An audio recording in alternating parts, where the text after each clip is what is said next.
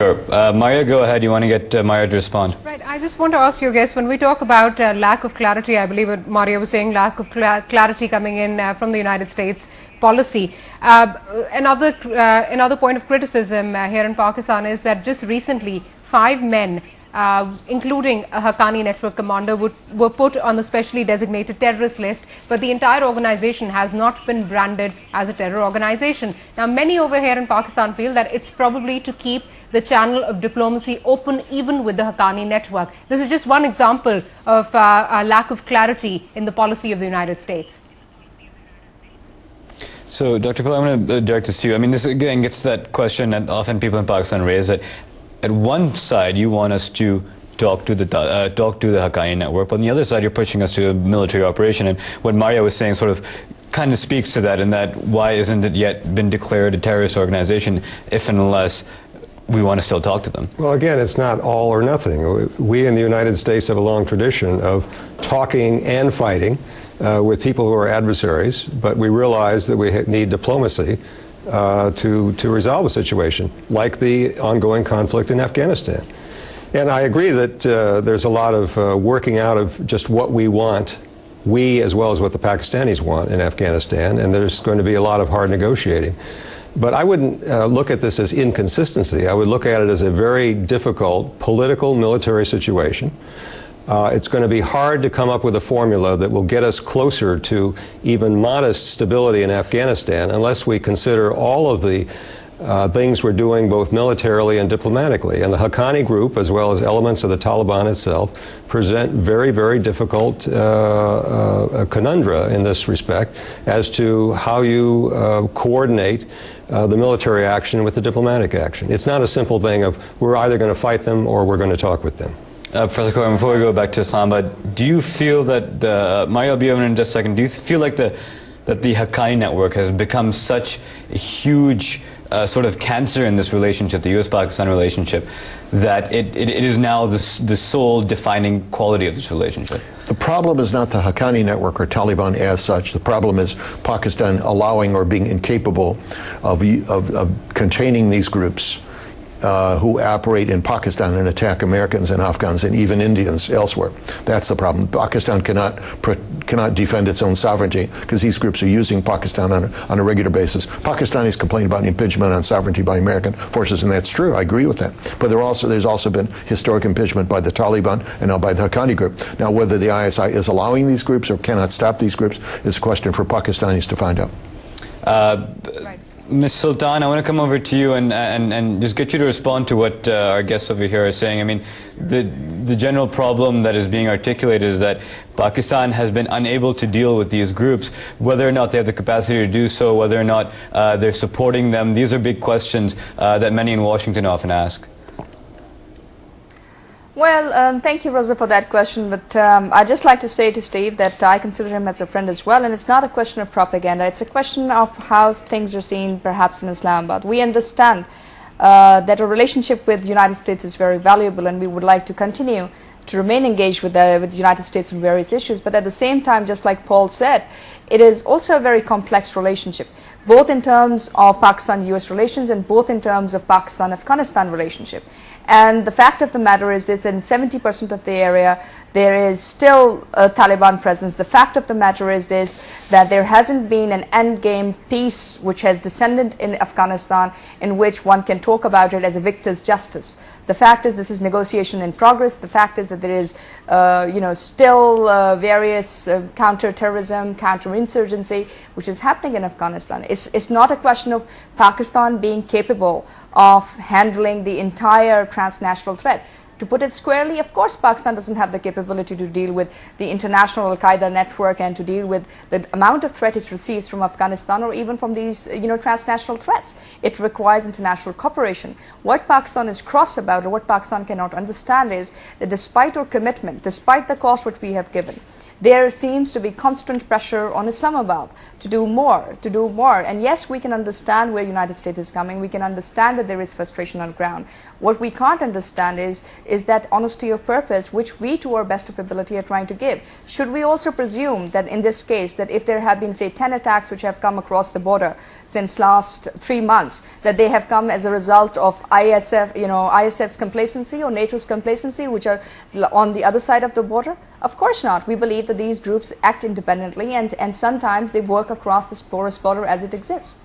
While we agree and we accept that there is honesty on the US side, we expect that the United States should understand on the same side that yes, that situation is complex and that it requires a different kind of handling. Right. Raza, now I'd like to ask your guests, I'm going to carry on with what Maria said. A question oftentimes asked here in Pakistan is that if we are attacked, we are blamed, yet if terror emanates from our soil, we are blamed yet once again. So where do we go? You know, I mean, we're just stuck in a situation where we are blamed from both sides, yet when attacks, like Maria said, emanate from across the border, Pakistan does not raise the hue and cry that Washington does. Dr. Pillar, if you can take that.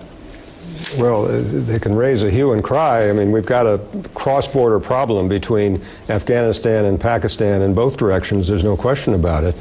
If we're talking about U.S.-Pakistani relations, then we're going to focus on what is under the control of each of those two governments, or at least partially under the control of each of those two governments.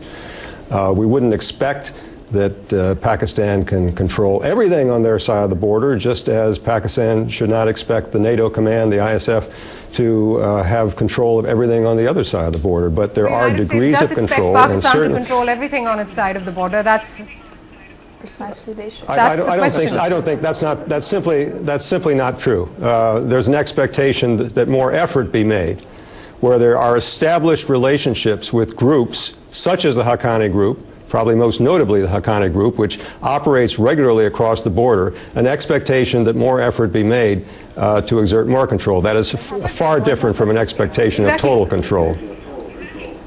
Professor Pillar, I just want to ask you that if the Haqqani network is operating freely from across the border, the fact that they can come back into Pakistan, that is also, as Maria said, then should we take this as complacency on the part of the ISAF forces then? It has no, to it's be not complacency. Either it's we work together or not.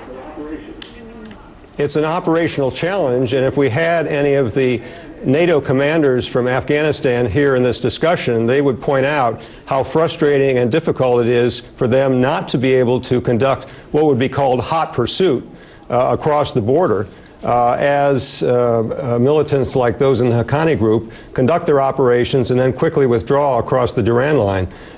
So it's simply an operational limitation on the NATO forces.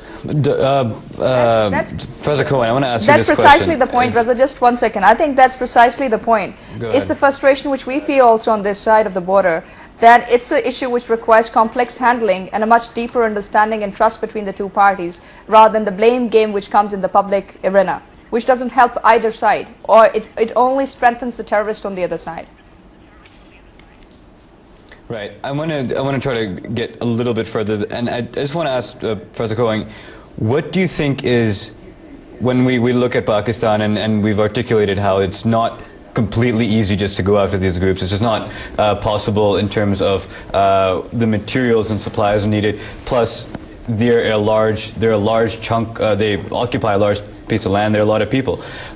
What does the United States expect Pakistan to actually do about them? I mean, their links, should they cut the links? Should they impose pressure on them to impose pressure militarily? Should they push them towards negotiations? What exactly does the United States want out of Pakistan to do with these Haqqani groups? Well, I'd like to know what Pakistanis, the government of Pakistan and private Pakistanis, I think there's a difference between them, what the end game for them is in Afghanistan. Do they want to see the Taliban or a Taliban-like government established in parts of Afghanistan?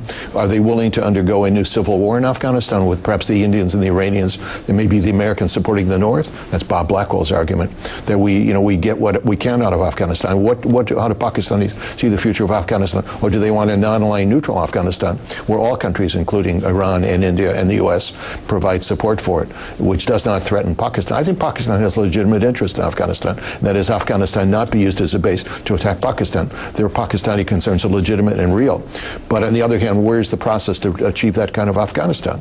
How do you bring the Indians in so their role in Afghanistan is not anti-Pakistani? These are questions I've not heard from the government of Pakistan. I've heard from private Pakistanis discussions along these lines, but not from government officials. Do you think, before we go to break, do you think that the United States has been accommodating enough of Pakistan's interests in Afghanistan, particularly with regards to India and its influence in Afghanistan? Well, yeah, we, on the one hand, but we're a divided mind. You know, on the one hand, our CENTCOM discourages the Indians from being in Afghanistan, and PACOM encourages the Indians to be there. We're divided as to what role the Indians should have. My own view is that we should have gone back to Bonn and have a larger framework whereby the Indians and the Pakistanis and the Iranians, as well as the Americans, have a role in Afghanistan. That's an interesting point. We have to go for a break right now. Stay with us. We'll continue discussion on the other side of the break. Welcome back. After the break, you're watching The Platform. Maria, I believe you want to add on to the conversation that we left off before going on that break. Maria, I just wanted to say this thing that we agree. The end game for Pakistan is that it should be a stable Afghanistan, and we think it needs a regional solution, because unless and until there isn't a regional ownership to it, it won't survive in the long run. Whether it's the Iranians, whether it's the Russians, whether it is Chinese, whether it is Pakistan, or it's for India to be there. The only reservation Pakistan has vis-a-vis even India's role in Afghanistan is we would welcome an Indian role in Afghanistan, because we think if it leads to the stability of Afghanistan, it leads to the stability of Pakistan.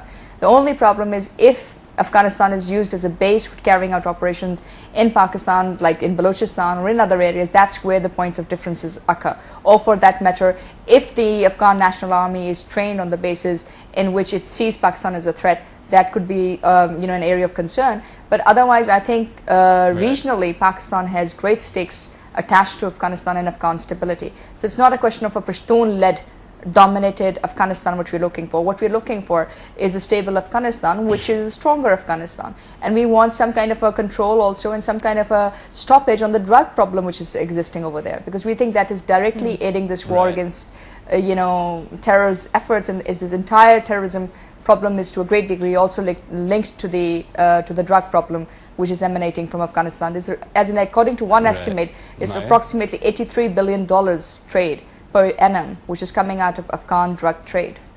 Raza, I believe you want to say something. Over to you. If I could just ask a question, Ms. Sultan. We've heard this on the show before as well, that Pakistan does have legitimate interests in Afghanistan and is obviously concerned about Indian presence there. And many have also said that that's a fairly legitimate concern, and Pakistan is free to pursue that interest. The question becomes, how does Pakistan go about pursuing that interest? And that's, when we talk to people here in Washington, that's usually what their concern is, that Pakistan, in order to secure its interests in Afghanistan, is using groups like the Haqqani network and is using these proxy organizations in order to establish some sort of control in that area. That's generally the view here in Washington. How would you respond to that? That Pakistan, the way Pakistan's pursuing its interests, aren't necessarily part of the normal way of state relations. Raza, Pakistan may have had a very difficult, uncanny relationship with these organizations in the past, and just like the CIA of its time earlier. But the fact remains, for Pakistan to totally rely on Haqqani network or such groups for carrying out Pakistan's legitimate interests would be counterproductive. Islamabad doesn't see that as an end game in itself. How can we pursue our legitimate interest? I think there have to be mechanisms which have to be established at the bilateral level. For example, between Pakistan and Afghanistan on trade, on terms of border control. We have been asking for fencing the border. We have been asking for something on the Afghan refugees, which are still existing. And according to one estimate, there are almost 3 million Afghan refugees which are living in Pakistan. We would want these refugees to be repatriated back to say, Afghanistan. And similarly, we also believe that there has to be some kind of of a roadmap as to what is Afghan nationalism. 10 years down the line, we do not know what is the Afghan vision for the Afghan problem. And that is also one of the reasons that these end games and power politics is playing itself out. To say this thing, will Pakistan invest totally in Haqqani to do its bidding? I think that is something no policymaker in Islamabad would do, which is going to bring Pakistan under so much pressure. And first and foremostly, and secondly, and how would that amount for the reversal which we have seen in these last 10 years, the price which we have paid? A lot of these Mujahideen, ex-Mujahideen groups are also attacking Pakistani military and Pakistani institutions precisely because of the reason they believe that Pakistan did a reversal on it. So I think one needs to see these things clearly, and also to see as to how do you come to an end game and how it is a negotiated settlement.